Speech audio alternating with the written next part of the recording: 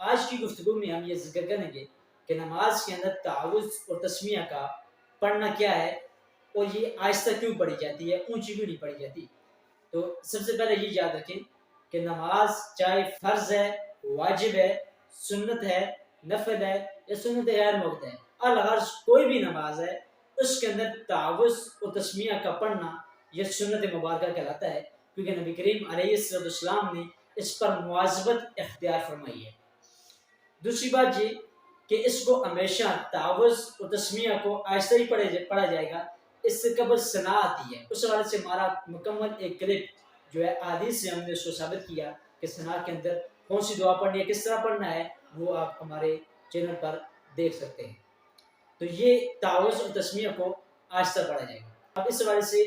کیا ارشاد ہے وہ میں اب آپ کے سامنے یہ پیش کرتا ہوں۔ امام بخاری رحمۃ اللہ تعالیٰ علیہ حضرت انس بن مالک رضی اللہ تعالیٰ عنہ سے ایک روایت انہوں نے نقل کی ہے اور اس کو صحیح بخاری کے اندر درج فرمایا ہے،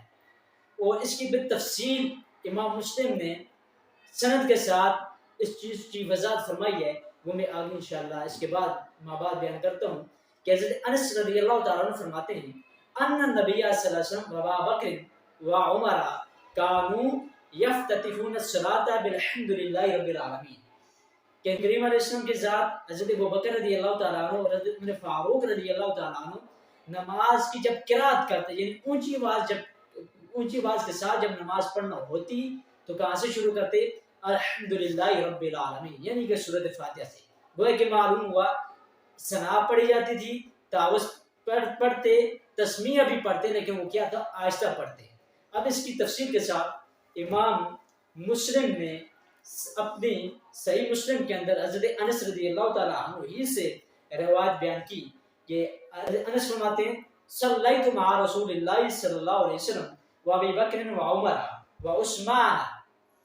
کہ میں نے رسول اللہ صلی اللہ علیہ وسلم کے ساتھ بھی نماز پڑھی، ابو بکر کے ساتھ بھی نماز پڑھی، عمر فاروق کے ساتھ بھی پڑھی، عثمان غنی رضی اللہ تعالیٰ عنہم کے ساتھ بھی نماز پڑھی، فلم اسمع احد منہم یقرأ بسم اللہ الرحمن الرحیم، بس کسی ایک سے بھی میں نے اونچی آواز کے ساتھ بسم اللہ الرحمن الرحیم پڑھتے ہوئے میں نے کسی کو بھی نہیں سنا۔ فلم اسمع، میں نے کسی سے بھی نہیں سنا کہ جو بسم اللہ الرحمن الرحیم کو اونچا پڑھتا ہو۔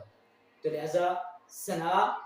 تعوذ، تسمیہ ہم کیوں آہستہ پڑھتے ہیں؟ اس لیے کہ نبی کریم علیہ السلام نے، حضرت ابوبکر رضی اللہ تعالیٰ عنہ نے، حضرت عمر فاروق رضی اللہ تعالیٰ عنہ نے، حضرت عثمان غنی رضی اللہ تعالیٰ عنہ نے ان چیزوں کو آہستہ پڑھا، لہذا آج ہم بھی ان کے نقش قدم پر چلتے ہوئے نماز کے اندر ثنا، تعوذ، تسمیہ کو آہستہ پڑھتے ہیں۔